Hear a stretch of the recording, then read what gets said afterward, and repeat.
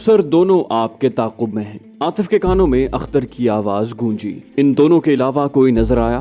वो बोला, नहीं सर। आतिफ ने कहा, ठीक है, मैं गेस्ट हाउस का रुख कर रहा हूँ, उस गली में उन्हें घेरना है। अख्तर ने कहा, ठीक है सर, हम दोनों तैयार हैं। थोड़ी देर बाद ही आतिफ रोड छोड़कर गलियों में घुस गया। 2-3 मोड़ काटने के बाद ही उसने एक मुनासिब मकाम पर कार रोक दी। दोनों मोटरसाइकिल सवार उस वक्त कार के काफी नजदीक थे। कार उसने इस तरह तिरछी करके रोकी थी कि वो आगे गुजर नहीं सकते थे। बिजली की सी तेजी से वो और इरफान नीचे उतरे। उनके हाथों में मौजूद पिस्तौलों का रुख दोनों मोटरसाइकिल सवारों की जानिब था। वो दोनों आगे पीछे आ रहे थे। पिछले सवार ने मोटरसाइकिल को तेजी से पीछे मोड़ा, मगर उस वक्त तक अख्तर और सगीर अपनी मोटरसाइकिलें खड़ी करके नीचे उतर चुके थे और उनके हाथों में चमकने वाले पिस्तौलों ने दोनों मुजरिमों को रुकने पर मजबूर कर दिया। उन दोनों के अलावा एक कार सवार और एक मोटरसाइकिल सवार भी आतिफ पार्टी के घेरे में आ गए थे। वो गरीब भी घबराहट के आलम में नीचे उतर आए, मगर उन्हें कुछ कहे बगैर आतिफ मुजरिमों से मुखातिब हुआ। अगर जहमत ना हो तो अपने हाथ सर से बुलंद कर लो। एक मोटरसाइकिल सवार तलखी से बोला, ये क्या मजाक है? लेकिन उसकी बात पूरी होने से पहले उसके नजदीक पहुंचने वाले इरफान ने एक जोरदार थप्पड़ उसके मुंह पर रसीद किया और उसके हाथ खुद ब खुद सर से बुलंद होते गए। दूसरा पहले ही ऑर्डर पर अमल कर चुका था। थोड़ी देर बाद उनके हाथ पुश्त पर जकड़कर वो उन्हें कार की पिछली नशिस्त पर मुंतकिल कर चुके थे। गेस्ट हाउस वहां से नजदीक ही था। कार साइड पे करके आतिफ ने गैर मुतल्लिका अफराद को वहां से जाने का इशारा किया और वो कान दबाते हुए रफू चक्कर हो गए। इनकी मोटरसाइकिलें भी गेस्ट हाउस में ले आओ, अख्तर से कहकर वो इरफान के साथ गेस्ट हाउस की तरफ बढ़ गया। लेकिन इससे कबल वो मुजरिमों की आंखों पर पट्टी बांधना नहीं भूले थे। उन्हें तहखाने में मुंतकिल करने के ऑर्डर देकर वो इमरान से राब्ता करने लगा। जी सर। इमरान फैसल के साथ इलियास को छोड़कर बाकी फौरन गेस्ट हाउस पहुंचो। दोनों आदमी हमने गिरफ्तार कर लिए हैं और इनके ठिकाने की बाबत उगलवाते हैं। इनके बाकी साथियों की सरकूबी के लिए जाना पड़ेगा। मेरा अंदाजा है हम मेजर रोहित के नजदीक पहुंचने वाले हैं। इमरान ने कहा, हम पहुंच गए सर। और आतिफ राब्ता मुनक़ता करता हुआ तहखाने की तरफ बढ़ गया। इरफान दोनों को फर्श में गड़ी कुर्सियों से जकड़कर उनकी आंखों से पट्टी उतार चुका था। तो क्या ख्याल है दोस्तों, मुझे जहमत करनी पड़ेगी या तुम खुद ही सब कुछ बता दोगे? उनमें से एक बोला, भाईजान हम शरीफ आदमी हैं, आपको कोई गलत फहमी हुई है। आतिफ ने कहा, किसके मुताल्लिक गलत फहमी हुई है? वो बोला, हमारे मुताल्लिक। आतिफ बोला, तुम दोनों का आपस में क्या ताल्लुक है? वही पहला आदमी बोला, कुछ भी नहीं। आतिफ ने कहा, तो फिर तुम अपनी बात करो, दूसरे की वकालत क्यों कर रहे हो? वो बोला, मेरा अंदाजा है कि ये भी मेरी तरह बेगुनाह होगा। आतिफ ने उनकी जेबों से निकलने वाले पिस्टल उनकी आंखों के सामने लहराए। ये पिस्टल तुम्हारे हैं? वो बोला, जी। आतिफ ने कहा, तो शरीफ आदमी जेबों में पिस्टल लिए फिरते हैं। वो बोला, सर आपको पता तो है कराची के हालात का। आतिफ बोला, बस बहुत हो गई यार, अब फटाफट मेजर रोहित के ठिकाने के बारे में उगल दो। वो बोला, कौन मेजर रोहित? आतिफ बोला, क्या तुम भी मेजर रोहित को नहीं जानते? इस दफा उसका मुखातिब खामोश बैठा हुआ आदमी था। उसने भी नफी में सर हिला दिया। आतिफ ने कहा, इरफान तुम ही इन्हें कुछ समझाओ, मेरी बात तो इनके पल्ले नहीं पड़ रही। इरफान चहका, बस सर चंद मिनट की बात है, आप देखें कि मैं इनकी याददाश्त कैसा तेज करता हूँ। आतिफ बोला, यार टाइम बहुत कम है। इरफान ने कहा, सर बस चंद मिनट। उसने नीचे बैठकर दोनों के बूट खोले और दोनों की पिंडलियों को लोहे के रॉड से कुर्सी के पाए से जकड़कर उसने एक बटन दबाया तो कुर्सी के पाए 6 इंच बुलंद हो गए। अलमारी खोलकर उसने 4 मोमबत्तियां निकाल कर जलाईं और तरतीब से उनके कदमों के नीचे रखकर वो आतिफ से बोला, सर आप पिछले दिन सिरी पाए बनाने की तरकीब पूछ रहे थे ना, तो पाए बनाना तो अभी सिखा देता हूँ। सिरी फिर कभी सही। ये अल्फाज उसके मुंह में थे कि दोनों के मुंह से कराहें बुलंद होनी शुरू हो गईं। इरफान बोला, सर आप इन आवाजों पर ध्यान मत दें, हांडी पकने की आवाज तो आती रहती है। खामोश रहने वाला चीख पड़ा, प्लीज प्लीज इन्हें हटाओ, मैं बताता हूँ। जबकि दूसरा होंठ भींचे तकलीफ को जब्त करने की कोशिश कर रहा था। आतिफ ने कहा, पहले बताओ। वो आदमी बोला, वो अड्डे नंबर 3 में है। आतिफ ने कहा, एड्रेस बताओ, और उसने बड़ी जल्दी से रोहित का एड्रेस उगल दिया। आतिफ ने आंख के इशारे से इरफान को मोमबत्ती हटाने का इशारा किया और दूसरे से मुखातिब हुआ, क्या ये सही बता रहा है? तकलीफ की शिद्दत से उसके मुंह से बड़ी मुश्किल से आवाज निकली, बोला, यही है। इरफान ने दोनों के पांव के नीचे से मोमबत्तियां हटा दी थी, मगर उनके मुंह से दर्द भरी कर्राहें खारिज होती रहीं। जलने की तकलीफ इतनी जल्दी खत्म नहीं हो सकती। आतिफ ने पूछा, उसके साथ वहाँ कितने आदमी हैं? वो बोला वो अकेला रहना पसंद करता है। आतिफ ने कहा इसका मतलब है तुम्हारे बाकी साथी किसी और ठिकाने पर होंगे? वो होंठ भींचता हुआ बोला जी। आतिफ ने कहा लगे हाथों उनके एड्रेस भी दोहरा दो। जवाबन उसने 2-3 एड्रेस दोहरा दिए। इरफान ने जल्दी से एक नोटबुक में सब दर्ज कर लिए। उसी वक्त इमरान ने कमरे का दरवाजा खोलकर पूछा सर क्या मैं अंदर आ सकता हूँ? आतिफ मुस्कुराता हुआ बोला नहीं, हम बाहर आ रहे हैं। चंद लम्हों बाद वो सब आतिफ के दफ्तर में रोहित को घेरने की मंसूबाबंदी कर रहे थे। कराची के इलाके का इलाहाबाद फ्लाईओवर के करीब धमाका। रोशनी के शहर कराची को तारीक करने की साजिशें बेनकाब। भारतीय एजेंसी रॉ की चालबाजियां, मक्कारियां, एक ऐसे नौजवान की दास्तान जिसे हालात ने दहशतगर्द बनने पर मजबूर किया। बदनाम ज़माना एजेंसी ब्लैक वाटर के गलीज धंधे, पाकिस्तानी ISI के कारनामे, मुल्क की खातिर कुर्बानियां, स्नाइपर और भगोड़ा के बाद पेश खिदमत है रियाज आकिब कोहलर का एक और शाहकार नॉवल दलदल। तुम कब तक मुझे कैद रखोगे? इस्माइल ने जैसे ही उसके सामने खाने के बर्तन रखे वो जैसे गुस्से से फट पड़ी। मेरा ख्याल है तुझे इज्जत रास नहीं। इस्माइल के लहजे में कोई ऐसी बात जरूर थी कि वो लरज गई, लेकिन उसकी जबान न रुकी और वो उसी लय में बोली आखिर किस गुनाह का बदला ले रहे हो? क्या बिगाड़ा है मैंने आपका? अगर आपकी दुश्मनी डैडी से है तो मर्दों की दुश्मनी में औरतों का क्या काम? खिलाफे तवक्को इस्माइल नरम लहजे में बोला ये तो बहुत पुराना कानून है बेबी के मर्दों की लड़ाई में लौंडी औरत को बनना पड़ता है। न चाहते हुए भी हिना का लहजा तंजिया हो गया। पहले अपने दुश्मन को शिकस्त तो दे लो। आप तो औरतों के सर पे दुश्मन को शिकस्त देना चाह रहे हैं और ये मर्दों का शेवा नहीं होता। इस्माइल ने कहा ना हो मर्दों का शेवा। कुछ कमीने दुश्मन ऐसे होते हैं कि उनकी मुखालिफत में हर अमल का जवाज पैदा हो जाता है। हिना ठोस लहजे में बोली ये भी कमजोरों की खड़ी कहावत है। वो यूनिवर्सिटी की तालिबा थी, लफाजी से शिकस्त नहीं खा सकती थी। इस्माइल बोला ये तुम इसलिए कह रही हो कि असल हालात से नावाकिफ हो, वरना ऐसी बात कभी न करती। वो बोली ये आपकी सोच है। इस्माइल धाड़ा शटअप, आराम से खाना खाओ, और वो कमरे से निकल गया। हिना के लबों पर मुस्कुराहट खिल गई। ये उसके हार जाने की अलामत थी कि वो कमरे से वॉक आउट कर गया था। वो खाने की तरफ मुतवज्जे हो गई। बमुश्किल खाने से फारिग हुई थी कि इस्माइल एक खुली बोतल हाथ में पकड़े अंदर दाखिल हुआ। बोतल पर लिखे लेबल को पढ़े बगैर वो जान गई थी कि वो उम्मुल खबाइस से जी बहला रहा है। उसका दिल किसी अनजाने अंदेशे से धड़कने लगा, मगर इस्माइल उसकी हालत पर गौर किए बगैर कुर्सी घसीट कर उसके सामने बैठ गया। चंद बड़े बड़े घूंट लेकर उसने बोतल में मौजूद मशरूब की मिकदार में खातिर खा कमी की और फिर किसी गहरी सोच में खो गया। उसके अंदाज से हिना को ये अंदाजा लगाने में देर न लगी कि वो उसे कोई अहम बात बताने वाला है, और फिर उसकी लबकुशाई ने हिना के अंदाजे की तस्दीक की। मेरा नाम सैयद इस्माइल शाह गाजी है। उसका खोया खोया सा लहजा अजीब असर लिए हुए था। अब्बू का नाम सैयद इब्राहिम शाह गाजी था। गुर्बत और तंगदस्ती के बावजूद उन्होंने हद्दुल वसा मुझे आला तालीम दिलवाने की कोशिश की। मेरा इरादा डॉक्टर बनने का था, लेकिन कोशिश के बावजूद अब्बू जान अखराजात पूरे न कर सके। मजबूरन मुझे कॉमर्स में दाखिला लेना पड़ा। M.Com फर्स्ट डिवीजन की डिग्री लेने के बावजूद मुझे कोई जॉब न मिली। छोटी बहन के जहेज में पड़े जेवर बेचकर मैंने रिश्वत के पैसे पूरा करने की कोशिश की, मगर बदकिस्मती के उस रकम ने आधे घंटे से ज्यादा मेरा साथ न दिया और किसी शकीउल कल्ब ने मेरी जेब काट ली। मैं इस जान का हादसे की इत्तला अम्मी अब्बू को देने की जुर्रत न कर सका और एक दोस्त के मशवरे से स्टील मिल में मजदूरी कर ली।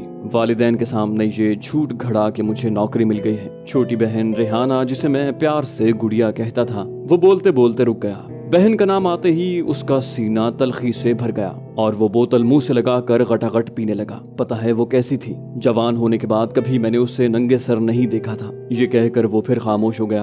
बोतल में मौजूद बची कुची शराब मेदे में उंडेल कर वो उठा और कमरे से बाहर निकल गया। चंद लम्हों बाद वो एक नई बोतल के हमरा नमूदार हुआ। कुर्सी संभालते ही उसने सिलसिलाए कलाम जोड़ा। हमारे पास ले दे के जाती मकान ही ऐसी पूंजी थी जिसकी वजह से हमारी सफेद पोशी का भरम बाकी था। बदकिस्मती से वो मकान एक हवस परस्त इबलीस की निगाहों में समा गया। हुआ कुछ ऐसे कि हमारे घर के साथ एक प्लॉट काफी अरसे से खाली पड़ा हुआ था। उसके साथ हमारा एक पड़ोसी भी, जिसका मकान हमारे घर से मुत्तसिल था, वहां से अपने बच्चों के पास शिफ्ट हुआ और अपना मकान उसे बेचना पड़ा। ये दोनों जगहें खरीदने के बाद उसकी निगाहें हमारे मकान पर पड़ी, जिसे खरीद कर वो वहां पर एक शॉपिंग प्लाजा तामीर कर सकता था। इस मकसद के लिए उसने हमारा मकान खरीदना चाहा और पता है उसने क्या कीमत लगाई? 3 लाख रुपए। इतनी रकम से तो आजकल गधा गाड़ी नहीं आती। यही बात जब मैंने उसके सामने कही तो उसने मुझे जवान बहन का हवाला देकर ब्लैकमेल करने की कोशिश की। जवान खून कहाँ किसी की धमकी सुनता है। मैंने भी उसके मुंह पर थप्पड़ जड़ दिया और यहीं से मेरी बदबख्ती की शुरुआत हुई।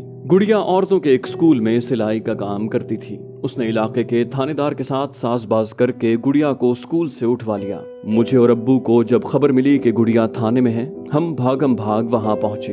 हमें बताया गया कि गुड़िया एक आदमी के साथ शर्मनाक हालत में पकड़ी गई है। इस खबर का मुझ पर जो असर होना था सो हुआ। अब्बू जान को तो ये सुनकर हार्ट अटैक हो गया। मैं जल्दी से उन्हें अस्पताल लेकर गया और अपने दोस्त को भी फोन करके अस्पताल बुला लिया। उसके पहुंचने पर मैंने अब्बू को उसकी निगरानी में छोड़ा और खुद थाने पहुंचा। वहां जाके थानेदार की जबानी पता चला कि गुड़िया को रिहा कर दिया गया है। मैं थाने से घर पहुंचा तो वहां एक और रूह फरसा मंजर मेरा मुंतजिर था। मेरी मोहब्बत करने वाली माँ घर के सहन में तड़पते हुए आखिरी सांसें ले रही थी और इसकी वजह उसके पहलू में घुसा हुआ खंजर था। मैंने खंजर उनके पहलू से निकाल कर फेंका और किसी गाड़ी रिक्शे की तलाश में जाने के इरादे से घर से बाहर की जानिब लपका, मगर उसी वक्त पुलिस वहां आन पहुंची और मुझे अपनी ही माँ के कत्ल में गिरफ्तार कर लिया। मैं चीखता चिल्लाता रोता पीटता रहा, मगर किसी ने मुझ पर तरस न खाया। साजिश बिल्कुल मुकम्मल थी। अखबार में खबर लगी। एक गैरतमंद भाई को जब बहन की बदचलनी के बारे में मालूम हुआ और ये पता चला कि इस काम में उसकी माँ भी बहन के साथ शामिल है,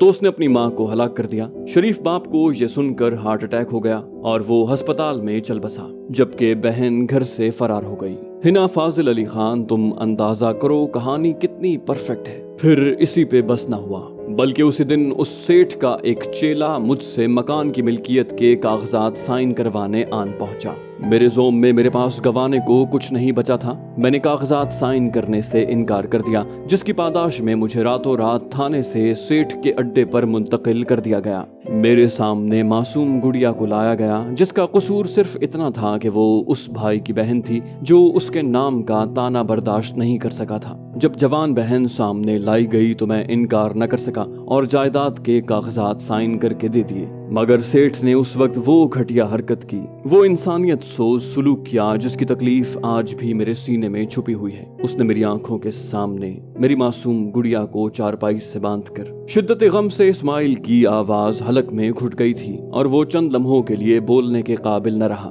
मैंने आंखें बंद कर ली थी, मगर वो चीखें आज भी मेरी समात में जिंदा हैं। मैं सोता हूँ तो मुझे जगा देती हैं, मुझे किसी करवट चैन नहीं लेने देती। और फिर इसी पे इक्तफा न किया गया। उसके बाद उसके गुर्गों ने भी उस मासूम को पामाल किया। वो 17-18 साल की मासूम बच्ची, क्या बीती होगी उस पे। मुझे बेहोश करके वापस थाने भेज दिया गया। उसकी नजर में मेरी सजा पर अमल दरामद हो चुका था, मगर वो भूल गया था कि वो शायर कहता है ना, ये दुनिया है जिसका नाम मियाँ, ये और तरह की बस्ती है। ये महंगों को तो महंगी है और सस्तों को ये सस्ती है। इस हाथ करो उस हाथ मिले, या सौदा दस्त बदस्ती है। उसने जब मेरी बहन का नाम लिया तो मैंने उसके मुंह पर थप्पड़ मारा। उसके बदले उसने मेरी बहन को किसी काबिल न छोड़ा और ये सारा काम मेरी निगाहों के सामने किया गया। लेकिन ये टाइम उस पे भी तो आना था और अब आ गया है। मुझे थाने भिजवा कर मेरी बहन को छोड़ दिया गया, मगर वो जिंदा न रह सकी और गाड़ी के सामने छलांग लगाकर अपनी मोहब्बत करने वाली माँ और शफीक बाप के पास पहुंच गई।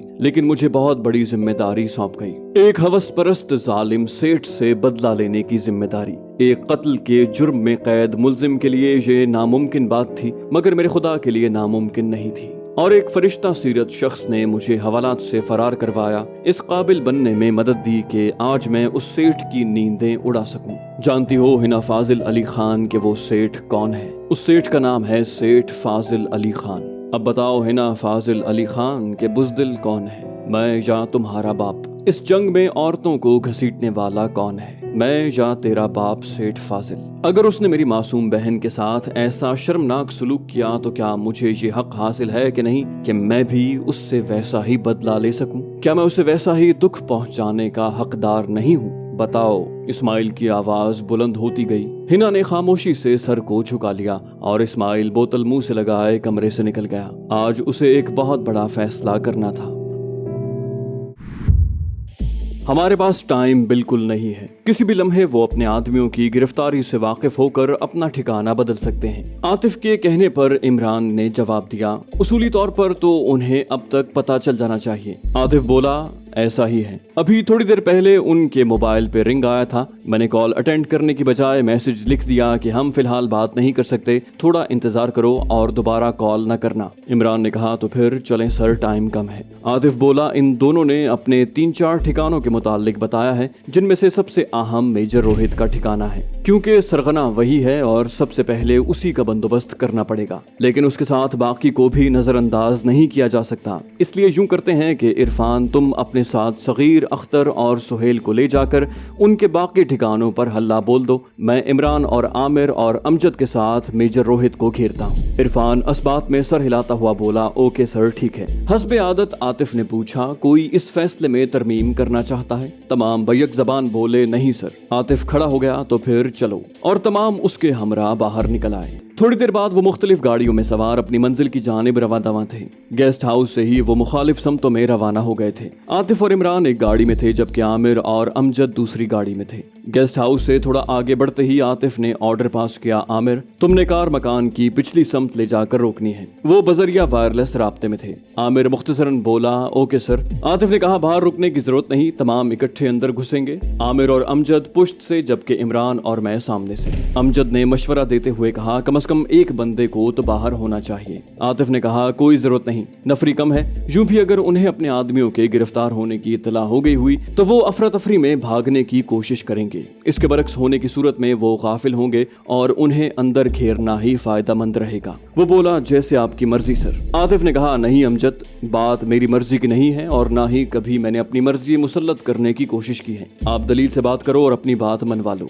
अमजद बोला, मुझे आपसे इत्तेफाक है सर। और आतिफ थैंक्स कहकर खामोश हो गया। मतलूबा मकान के पास पहुंचते ही आमिर गाड़ी मकान की पुश्त की जानिब ले गया, जबकि आतिफ ने एक जगह देखकर मकान के सामने गाड़ी रोक ली। तुमने दाएं साइड कवर करनी है, इमरान से कहकर वो खुद बाएं तरफ बढ़ गया। दीवार की ऊंचाई बमुश्किल 7 फुट थी। वो बगैर किसी दिक्कत के उसके ऊपर से कूदते हुए अंदर पहुंच गए। हम अंदर पहुंच गए हैं सर। आतिफ के कानों में आमिर की आवाज गूंजी। वो मुख्तसरन बोला, हम भी। इमरान, मैं सामने से अंदर घुस रहा हूँ, तुमने दाएं जानिब की खिड़कियों को कवर करना है। अमजद, तुम बाएं साइड पर आ जाओ, जबकि आमिर तुम पुश्त पर ही रहो। पिस्टल को एहतियात से संभालते हुए वो बरामदे में घुसा। ड्राइंग रूम का दरवाजा खोलकर उसने अंदर झांका, कोई भी मौजूद नहीं था। अंदर घुसकर उसके कदम अगले कमरे की जानिब बढ़े। उसी वक्त उसे इमरान की ललकार सुनाई दी, हैंड्स अप। उससे मुत्तसिल ही गोली चलने की आवाज गूंजी और फिर इमरान की तेज कराह सुनते ही वो तेज कदमों से बाहर की तरफ भागा। इमरान उसे हाथ टेक कर जमीन से उठता नजर आया। उसे नजरअंदाज करके वो बाहर की तरफ भागा।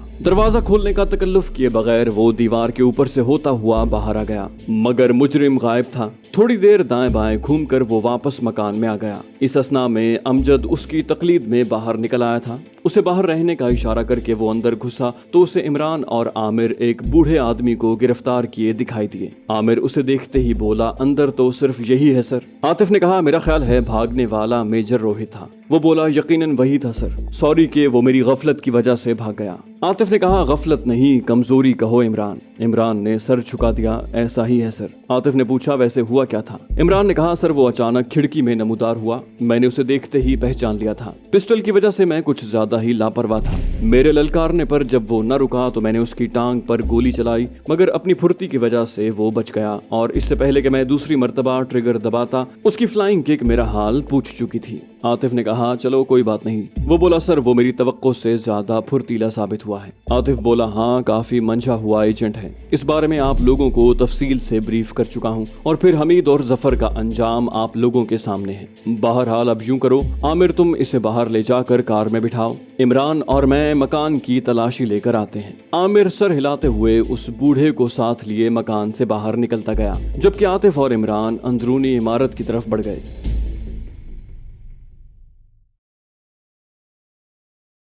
तो दोस्तों ये थी हमारी आज की एपिसोड। उम्मीद करते हैं आपको हमारी कहानी पसंद आई होगी। जाने से पहले इस वीडियो को लाइक कीजिए और शेयर करना मत भूलिए। कमेंट करके हमें बताइए कि आपको हमारी वीडियो कैसी लगी। اور اگر ابھی تک آپ نے اس چینل کو سبسکرائب نہیں کیا تو اسے سبسکرائب کیجئے اور بیل آئیکن دبا کر آل نوٹیفیکیشنز آن کر لیجئے